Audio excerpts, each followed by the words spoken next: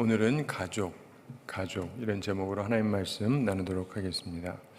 오늘 말씀 매우 특이한 말씀입니다. 참고로 마태와 마가는 이 사건을 씨 뿌리는 자의 비유 앞서서 기록을 하고 있습니다. 누가는 많은 경우 순서를 꼭 시간별로 기록하기보다는 의미를 생각하면서 배열하는 것 같다고 말씀드린 적이 있습니다. 이번도 결국 그렇게 한 것 같은데, 그런 차원에서 씨 뿌리는 비유 이후에 이 설명을 했다는 것은 나름대로 의미심장한 것이다, 이렇게 볼 수가 있겠습니다.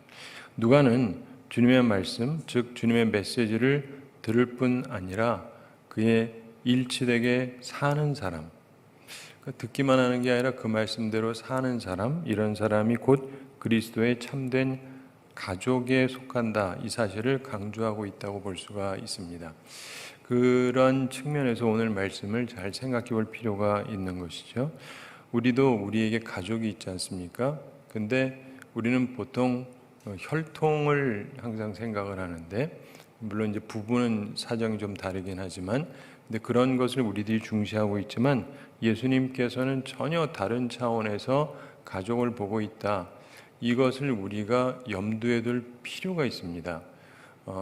기독교 역사상 때때로 교회가 무리를 일으키거나 현재 우리 한국교회가 무리를 일으키는 많은 내용들을 보면 예수님의 이 가르침을 제대로 이해하고 있지 못해서 그렇다고 느껴집니다.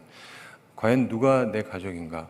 과연 누가 내 가족인가? 세상 사람들이 생각하는 그 차원에서 머무른다면 많은 이상한 행동이 이해는 가지만, 그러나 우리들이 예수님처럼 가족에 대한 관점을 바꾸면 이상한 행동을 상당히 안 하게 돼 있어요. 그리고 온전한 결정을 할 수 있게 되죠. 여러분들 오늘 말씀을 통해서 내게 가족은 누군가, 이걸 한번 잘 생각해 보시게 되기를 바랍니다. 19절 함께 읽어보겠습니다. 예수의 어머니와 그 동생들이 왔으나 무리로 인하여 가까이 하지 못하니. 아멘. 예수의 어머니와 그 동생들이 왔으나, 자, 여기서 보면은 이유는 설명되어 있지 않습니다. 마가복음 같은 경우 마가복음 3장 21절에 예수의 친족들이 듣고 그를 붙들러 나오니 이는 그가 미쳤다 하밀러라, 이런 말씀이 있어요. 성경에 있는 말씀이에요. 성경에 있는 말씀.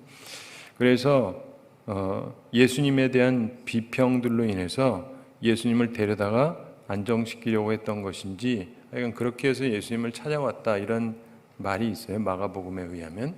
그래서 예수가 미쳤다, 그래서 예수님이 어떤지 보고 데려갈까 해서 온 것일 수 있다라고 마가복음에서는 설명을 하고 있죠. 여기서는 설명하고 있지 않습니다. 그냥 왔다라고만 돼 있습니다.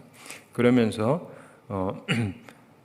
예수님의 어머니와 그 동생들이 왔다라고 얘기했고, 특별히 여기에서 동생들이라고 하는 표현에서 우리가 알게 되는 것은 예수님과 이 동생들이 어머니가 같다라는 걸 알 수 있잖아요. 그 어머니 마리아에게서 출생했다, 확실한 증거입니다. 그렇다면 그 자녀들, 나머지 자녀들이 뭐 예수님처럼 성령으로 잉태한 건 당연히 아니고, 그렇다면 요셉과의 사이에서 태어난 사람들이죠. 굉장히 정상적으로 사고가 되시죠? 굉장히 중요한 거예요. 그냥 깜빡깜빡 졸립다 이러시면 안 되고, 이 굉장히 중요한 일입니다. 성경을 보면서 우리가 성경을 볼 수 있는데 여러분들이 성경 보면서 너무 당연한 것도 뭔 뜻인지를 이해가 안 된다 그러면 이건 사실 초등학교 학생들도 다 알아들을 수 있는 얘기거든요. 저도 초등학교 때 성경 읽었으니까 이거 보면은 굉장히 명확한 겁니다. 예수님에게 그 동생들이 왔어요. 동생들이 왔다는 얘기는 그 아버지랑 어머니랑 애를 낳았다는 얘기 맞죠? 네, 지금도 졸리신 분들이 많은 것 같은데, 그 동생들이 있다는 거는 분명히 둘 사이에서 부부관계가 있었고 자녀를 낳았다는 얘기예요. 이해가 되세요? 그래서 천주교의 가르침이 틀렸다는 얘기입니다. 천주교는 예수님의 어머니 마리아를 성모라고 해서, 그러니까 여러분들은 성모라는 표현을 쓰시면 안 돼요. 우리는 성모라는 표현을 쓰면 안 됩니다. 개신교에서는 성모라고 쓰지 않아요. 그냥 마리아라고 그러죠. 혹은 예수님의 어머니 마리아. 근데 이들은 거룩한 어머니다 이렇게 해가지고 특별한 존재로 만들어요. 그래서 평생 남자하고 이 부부의 연을 맺은 적이 없다, 육적으로. 이런 식으로 가르칩니다. 말이 안 되잖아요. 근데 그런 식으로 신격화 시키는 거죠. 그래서 이들은 성모 마리아라 그러면서 성모 마리아한테 와서 기도하고 그를 통해서 기도하고 뭐 이렇게 해요. 그러면서 논리가 뭐냐면은, 자, 여러분, 우리가 누구한테 뭐 요청을 하게 될 때 직접 말하는 건 좀 곤란한 경우 누군가를 통해서 말할 수가 있죠. 그렇기 때문에 제일 좋은 존재가 성모 마리아다, 이렇게 얘기를 해요. 그냥 얼핏 들으면은 이해는 가죠. 근데 그거는 인간적인 해석일 뿐이에요. 성경은 그렇게 전혀 말씀하고 있지 않습니다. 이해가 되세요? 예. 이게 이해가 안 되시면 여러분은 기독교 자체를 이해를 못하는 거예요. 근데 많은 분들이 이걸 잘 이해를 못하고 아무렇지도 않게 아무 표현 막 갖다 붙이고 쓰는 분들이 굉장히 많은데, 그러시면 안 돼요. 그래서 우리가 이 부분에서도 잘 생각을 해야 되는데, 분명하게 이렇게 되어 있는데, 그럼 이 동생들이 뭐냐? 그러니까 이 사람들은 거기다가 또 이제 성경의 말씀을 더하거나 빼거나 그러면 안 되잖아요. 그렇죠? 그래서 계시록에 있잖아요. 이 계시의 말씀에 더하는 자, 빼는 자. 그러면 안 되는데, 이걸 빼는 자들은 생명책에서 빼버리겠다. 더하는 자는 이 말씀에 있는 저주를 더하겠다. 하나님 말씀에 함부로 더하거나 빼거나 그러면 안 돼요. 저도 항상 주의하거든요. 함부로 내가 이건 마음에 안 든다 해서 뺄 것도 아니고, 내 마음대로 집어넣어도 안 되고, 말씀 그대로 이해를 해서 단지 의미 있게 깊게 이해해서 전달해야 되는 거죠. 근데 여러분들도 이걸 보셔야 되는데, 이분들이 그걸 하기 위해서 뭐라 그러냐? 이거 사촌 형제다, 사촌 형제. 이 사촌 형제는요, 그 표현이 있습니다. 우리나라 말도 있고 미국 말도 있고요. 커즌이라고 있어요. 아시죠? 그거 다 아시잖아요. 근데 그럼 뭐 성경 쓴 사람들이 다 바보 병신들인가요? 근데 그런 식으로 막 갖다 붙여요. 근데 보면은 많은 사람들이, 심지어 성서학자들도 그렇고 학자들도 그렇고, 많은 경우 자기가 어떤 주장을 하고 싶으니까 성경에 있는 말씀을 자기가 원하는 형태로 밀어붙여요. 살짝 더하고 살짝 빼고. 그래가지고 잘못된 신학 체계가 굉장히 많이 있습니다. 근데 제가 이 얘기를 왜 하냐면, 그것이 우리를 죽여서 그래요. 성경을 연구하면서 제가 느끼는 것은, 하나님의 말씀에 근거한 신학을 갖고 있어야 되고, 하나님의 말씀에 근거한 설교를 해야 되는데, 하나님의 말씀을 사용만 해가지고 내 나름대로 해버리면요, 그게 바로 예수님 당시에 바리새인들과 서기관이 하던 방식이거든요.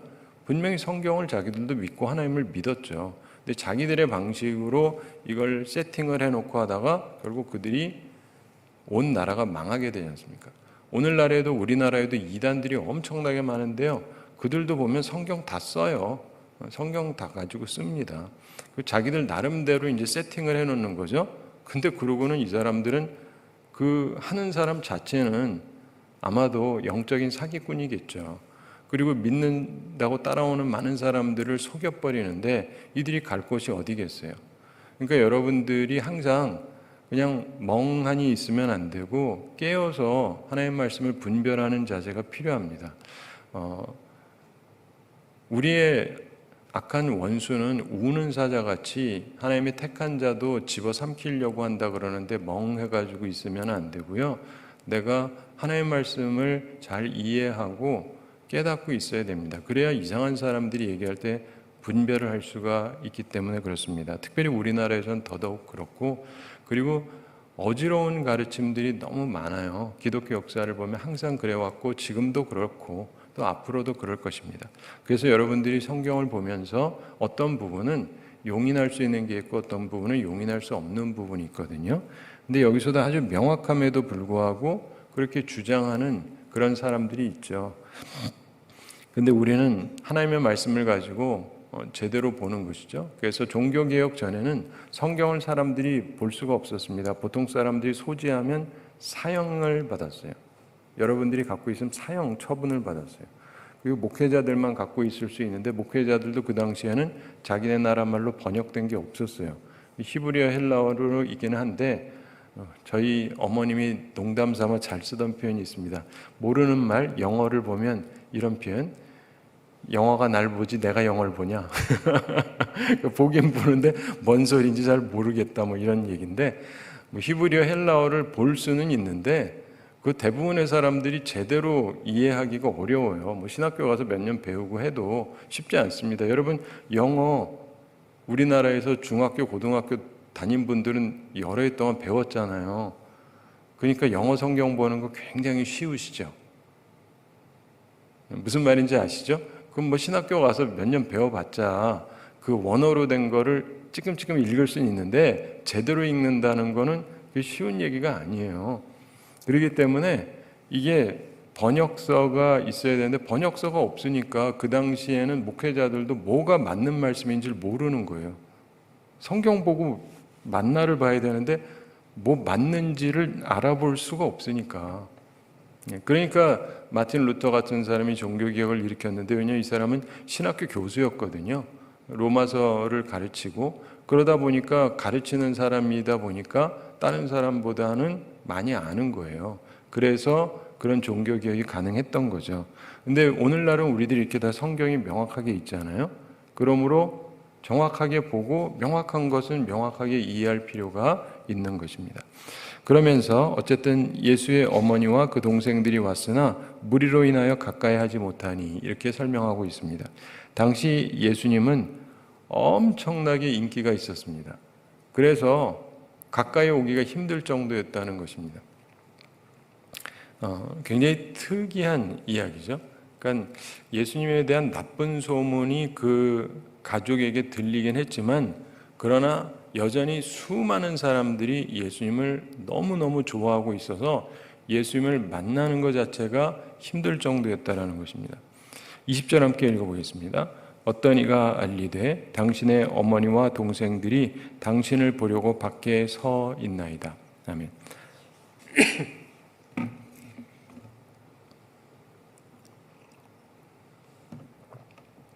어떤 이가 알리되, 그 마가복음에 보면 마가복음 3장 31절과 32절에 그때 예수의 어머니와 동생들이 와서 밖에 서서 사람을 보내어 예수를 부르니 무리가 예수를 둘러 앉았다가 여짜오되 보소서 당신의 어머니와 동생들과 누이들이 밖에서 찾나이다. 그래서 그 남자 형제도 있고 여자 형제도 있고 이렇다는 걸 알 수가 있죠. 예수님이 제일 먼저 태어난 아들이었으니까 장남이고, 근데 예수님의 어머니와 동생들로부터 어떤 특별한 전달자가 보내집니다. 그 전달자가 줄을 가까이 하여 앉아 있는 사람들에게로 전달을 하고, 그리고 그들로부터 예수님께 그 내용이 전해지고 있는 것이죠. 그래서 알려줍니다. 그러면서 당신의 어머니와 동생들이 당신을 보려고 밖에 서 있나이다. 예수님께서 모여있는 사람들에게서 빠져나가서 형제들과 만나주기를 원한다, 이런 통보죠. 사람들에게 둘러싸여 계시는데 저쪽에 있으니까 좀 가서 좀 만나보고 오시라, 이런 얘기를 한 것입니다. 이런 일은 충분히 있을 수 있죠. 일반적으로 충분히 벌어질 수 있는 일인데 바로 그 다음 마지막 부분이 굉장히 중요한 부분입니다. 여러분도 교회 다니시면서 이 말씀을 여러 번 들으셨겠지만 많이 들어서 기억되어 있다라는 거랑 그것의 의미를 깨닫고 산다라는 것은 굉장히 의미가 다릅니다. 근데 이것을 깨닫고 사는 것은 굉장히 중요하고 한국교회에 특별히 이게 지금 필요해요. 그래야 한국교회가 미래가 있어요. 21절 함께 읽어보겠습니다. 예수께서 대답하여 이르시되 내 어머니와 내 동생들은 곧 하나님의 말씀을 듣고 행하는 이 사람들이라 하시니라. 아멘. 예수께서 대답하여 이르시되, 전혀 예상하지 못한 답을 이제 하시게 됩니다. 내 어머니와 내 동생들은 곧 하나님의 말씀을 듣고 행하는 이 사람들이라.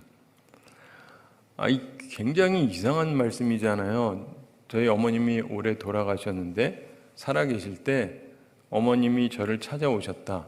근데 사람들이 목사님 어머님이 찾아오셨습니다.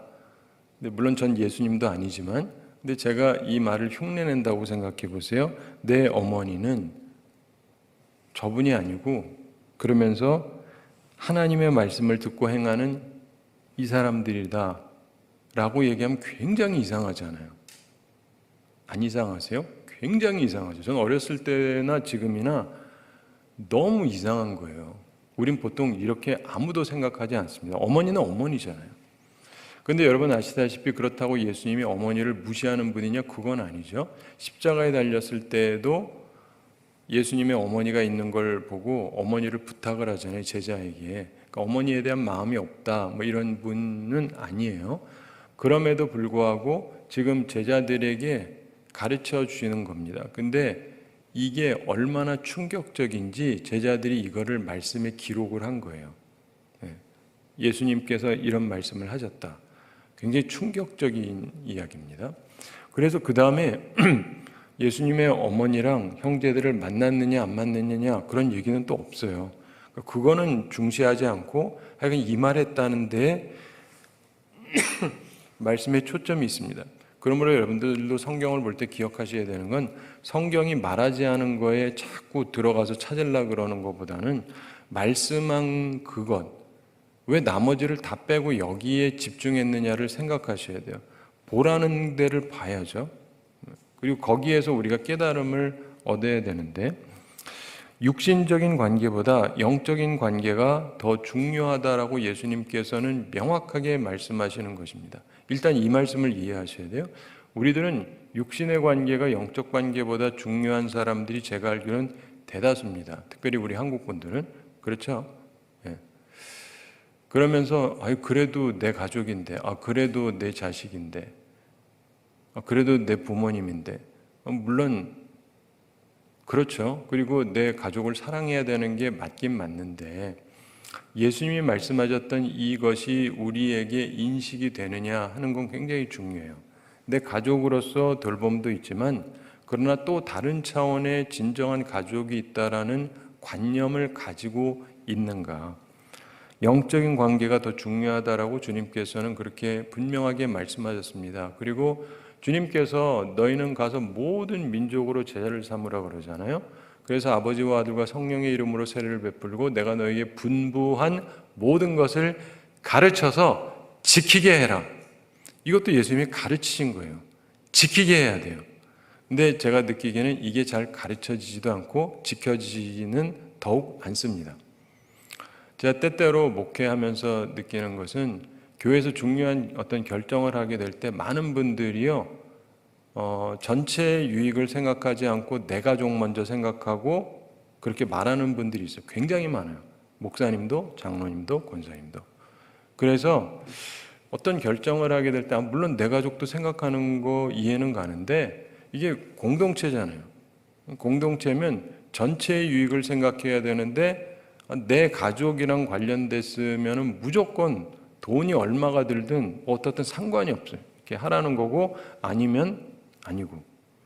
이러면 어떡해요? 제가 간혹 이제 이렇게 표현하는데 담임 목사 하나가 그래도 피곤한데 장로님도 그러고 권사님도 그러면 교회 망해요. 담임 목사님도 너무 그러면 안 되는데 이 사람 저 사람들이 그러잖아요. 그럼 그 교회는 미래가 없는 교회예요. 그럼 교회가 바른 방향으로 가지를 못하니까. 그래서 여기서부터 우리의 가족이라는 관념에서 좀 새로운 틀을 생각할 필요가 있단 말이죠. 그래서 내 육적인 사람만 가족이냐, 이 영적인 가족에 대해서는 관념이 없느냐, 굉장히 중요한 부분인데 우리 한국 교회는 제가 느끼는 건 그게 너무 강해요. 분명히 예수님의 가르침은 그런 가르침이 결코 아닌데 우리 한국 교회는 그거를 뛰어넘지를 못해요. 곳곳마다 그런 모습들이 보여집니다. 그래서 어떤 결정을 하게 될 때 진정으로 이게 하나님의 뜻에 합한가? 그렇죠? 오해하지 마세요. 내 가족을 멀리하라는 건 아니에요. 내 가족이 어떤 사람보다도, 실제 내 가족이 누구보다도 영적으로 하나님 앞에 온전하다면 진정한 가족이죠. 그렇죠? 그런데 내 가족이 영적으로 다른 사람보다 하나님을 사랑하거나 하나님의 일을 하지 않아요. 그럼에도 불구하고 내 가족이기 때문에 교회에서 좋은 직분을 줘야 되겠다. 이거는요, 하나님 앞에 굉장히 심각하게 문제가 많은 거예요. 제가 이 말을요, 나이가 좀 들었기 때문에 하는 말입니다. 젊었을 때 이 말하면 죽어요. 지금도 좋아하진 않겠지만 이 나이쯤 되면 사람들이 함부로는 안 돼 하니까 얘기를 하는데, 근데 한 가지는 뭐냐면 제가 느끼는 게 계속 몸살이면은 난 목사가 아니다 이 생각이 들어서 가르쳐야 될 걸 가르치는 거예요. 그러려고 내가 존재하는 사람 아닙니까? 근데 주님의 가르침을 보면서 이 파격적인 이 이야기를 들으면서 우리가 좀 충격을 받으면서 우리의 생각을 뒤집어야 돼요. 우리의 머리 구조를. 나중에 보면 예수님의 모친과 동생들이 예수님을 구주로 믿게 됩니다. 나중에 가서 보면. 그런데 지금까지는 꼭 그랬던 건 아닌 것 같아요. 지금 이 시점에서는. 자, 누구든 사람은 하나님의 말씀, 즉 하늘 아버지의 뜻에 순종해야 됩니다. 말씀을 듣고 끝나는 것이 아니라 행하는, 행동하는, 순종하는 사람들이 예수님의 가족이라는 거예요. 그렇다면 여러분도 이걸 생각하셔야 돼요. 내가 목사든 장로든 권사든 집사든 이게 중요한 것이 아니고, 내가 말씀을 듣고 행하지 않으면 나는 주님의 가족이 아닌 거예요. 주님은 그렇게 보신다는 걸 기억하셔야 돼요. 성경을 제가 자꾸 읽으시라고 그러잖아요.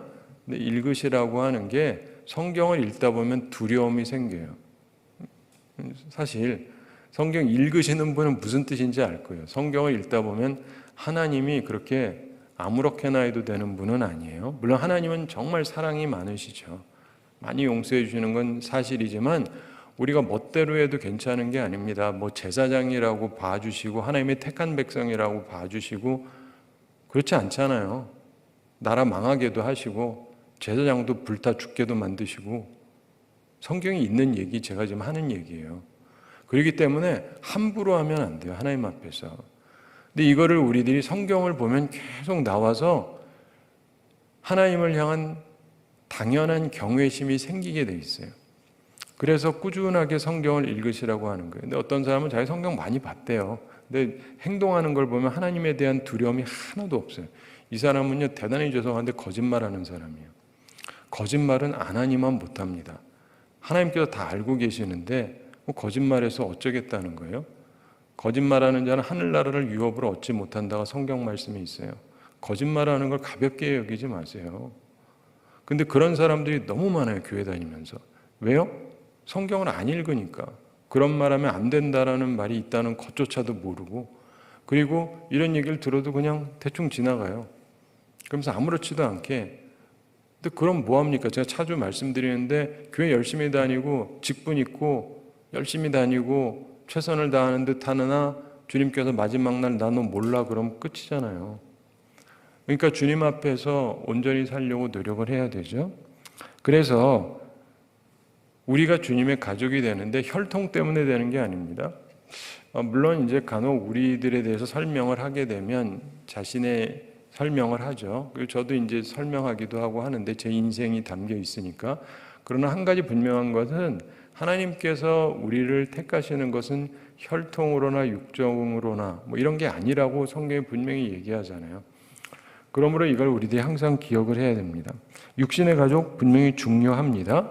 중요해요. 여러분 사랑하셔야 되고 그들이 다 구원받고 하나님의 뜻에 합당하게 살 수 있도록 함께 사는 게 필요한 것입니다. 그러나 영의 가족이 더 중요하다. 누가 그럽니까? 예수님이 그렇게 말씀하셨다는 거예요. 그러니까 우리는 예수님을 따라가야 되거든요. 근데 이게 쉽지는 않습니다. 쉽지는 않아요. 그렇지만 예수님이 이렇게 하셨다는 걸 일단 기억을 하고 그대로 살려고 노력은 해야 돼요. 그렇죠? 노력해야 돼요. 그래서 저희 아버님도 목사님이었고 제 아들도 전도사인데 제가 열심히 목회를 하고 열심히 하고 그러면서 제가 이제 은퇴를 하면서 후임을 정하게 됐다. 기본적으로 제가 정하는 것도 아니지만 제일 중요한 건 하나님의 뜻에 합한 사람을 세워야 되잖아요. 그렇죠? 근데 그런 면에 있어서도 그렇고 무엇을 하게 될 때 내가 어떤 마음으로 하느냐. 그렇다고 한다면요, 예수님의 원리를 따르면은 그 목사님의 자녀가 목사가 돼도 됩니까? 이런 데서 우리나라에선 싸우잖아요. 제가 보기엔 답은 아주 간단해요. 돼도 상관없고 안 돼도 상관은 없는데 정말 중요한 것은 하나님의 뜻에 합하냐 하는 거죠. 이 이야기는 내 육신의 가족은 아무것도 하면 안 된다는 뜻은 아니에요. 그렇지만 이 사람이 누구보다도 하나님의 뜻에 합하다면 세울만 하겠죠. 그러나 아니라고 하는데, 그리고 더 나은 사람이 있는데 무조건 내 가족이기 때문에 세운다? 이것도 합한 것은 아니잖아요.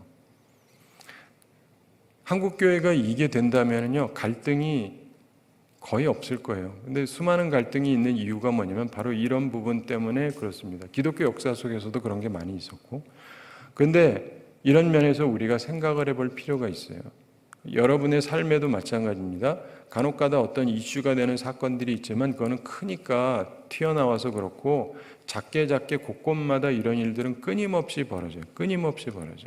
그런데 우리들의 삶 속에서 나는 과연 누가 내 가족이라고 생각을 하는가? 그리고 나에게 영적인 가족이 존재하긴 하는가? 예? 나한테 영적인 가족이 존재하세요? 한 번도 생각해 본 적 없다면 오늘부로 돌이키시고 생각을 좀 다르게 하셔야 돼요. 내 가족만이 가족이다 이렇게 생각하는 걸로 여지껏 살아왔다면 기독교인의 기초도 안 돼 있는 거예요. 우리 기독교인들은 그렇게 사는 사람들이 아니에요. 여러분, 이 공산주의자들 아시잖아요. 공산주의자들. 그 사람들은 다른 사람들을 뭐라고 부르는지 기억하시죠? 동무라고 그러잖아요. 동무. 친구다 이거예요. 옛날에 우리가 친구라고 안 하고 동무라는 표현을 썼습니다. 근데 요즘에 왜 동무라고 안 하고 친구라고 하냐면 공산당들이 동무라고 쓰니까 우리가 그 말을 안 쓰는 거예요. 그 언어가 변천이 된 거예요. 우리나라도 옛날에는 동무들아 오너라 이렇게 했다면 이제는 말을 바꾸는 거예요. 왜냐면 공산당이 쓰니까. 그래서 제가 갑자기 동무들 이러면 이상한 사람처럼 보이잖아요. 그래서 그 언어를 이렇게 바꿔 써서 그런 거지 동무라고 했는데, 여기서는 아버지도 뭐예요? 동무. 아바의 동무, 엄마의 동무.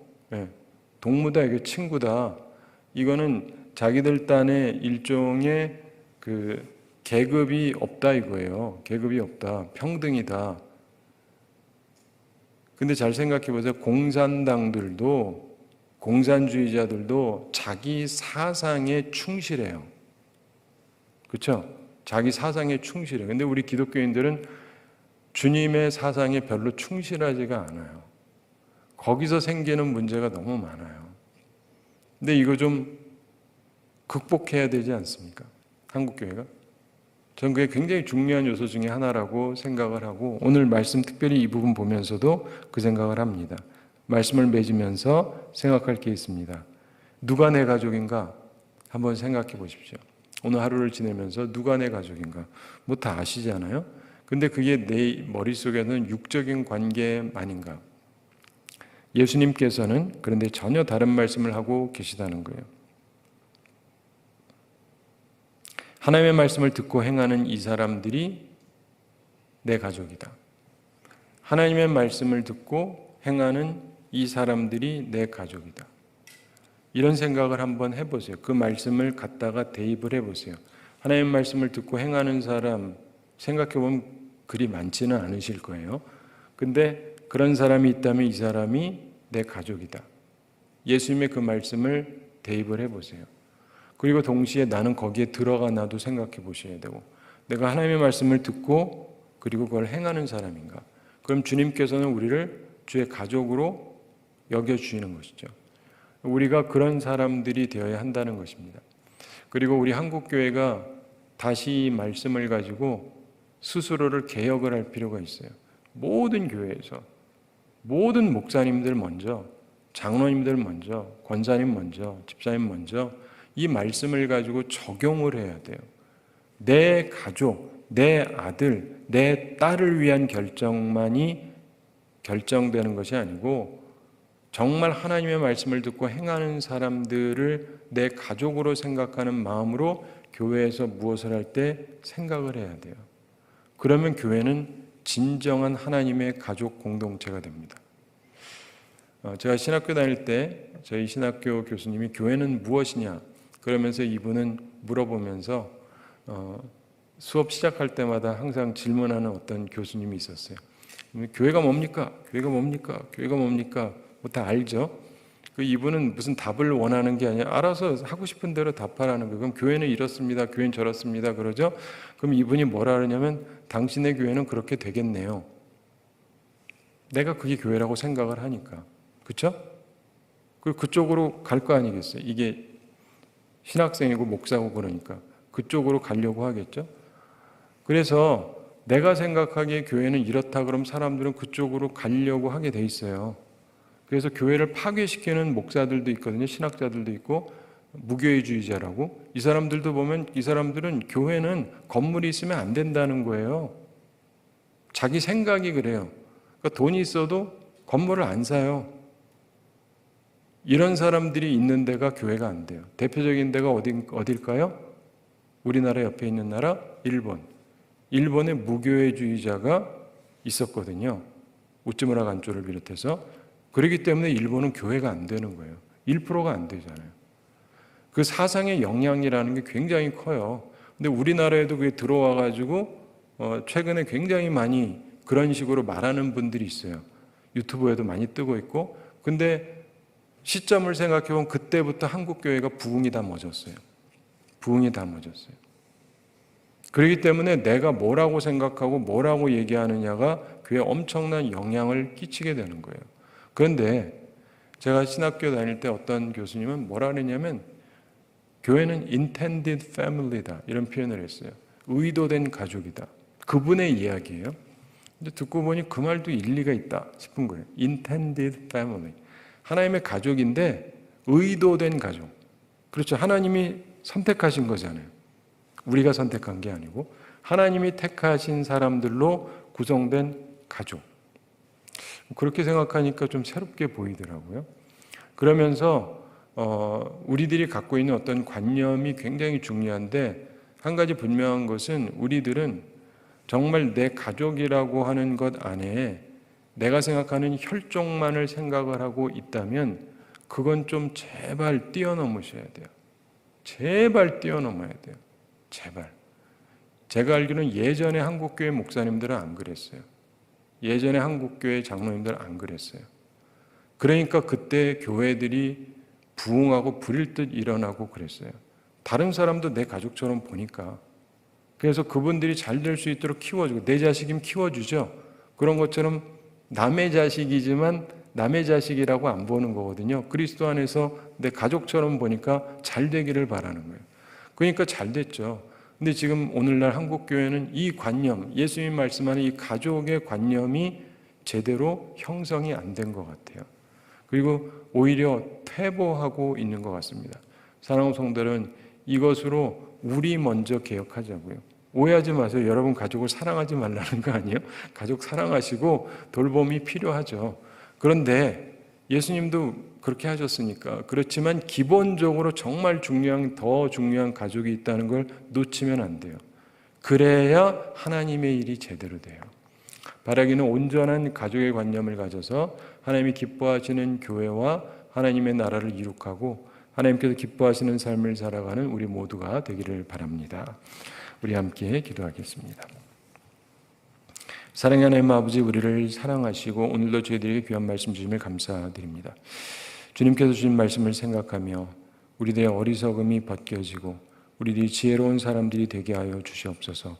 주님께서 가지고 계시는 그 놀라운 해안을 우리들 마음 가운데 갖게 해주시고 그래서 우리들이 진정으로 누가 내 가족인지 하나님이 의도하신 가족이 누구인지 눈을 열어 볼 수 있게 해주시고 귀하게 여길 사람을 귀하게 여기는 주의 사람들이 다 되게 하여 주시옵소서. 그렇게 우리가 서로 사랑함으로 우리 한국교회가 제대로 일어나고 부흥하고 하나님 앞에서 발전할 수 있도록 은혜 베풀어 주시옵소서. 주님, 오늘날 우리들이 오히려 퇴보하는 듯한 시대를 살아가고 있습니다. 주님께서 우리 한국교회를 긍휼히 여겨주시고 불쌍히 여겨주시고 잘못된 가르침으로부터 벗어나서 주의 말씀 가운데 거하는 우리 한국교회가 되게 해주시고, 그래서 다시금 부흥의 역사가 일어나며 하나님께 영광 돌리며 나아가는 우리 한국교회가 되게 하여 주시고, 그 일을 위해서 쓰임받는 저희들이 되게 하여 주시옵소서. 주님 앞에 나오며 주님의 은혜를 간구합니다. 주께서 우리 성도들에게 영육간의 강건함을 더해 주시고 일용할 양식 공급하여 주시고 시험에 들지 않고 악과 싸워 이기는 주의 용사들이 다 되게 하여 주시옵소서. 주님, 저희들은 심히 부족하오나 우리를 그리스도의 향기가 되기를 원하심을 기억하며 하나님 앞에서 온전히 나아가는 저희들 되게 해주시고, 그래서 그리스도의 향기로 하나님께 영광 돌리고 많은 사람을 유익하게 하고 스스로 복된 삶을 살아가는 우리 모두가 되게 하여 주시옵소서. 감사드리며 예수님의 이름으로 기도드리옵나이다.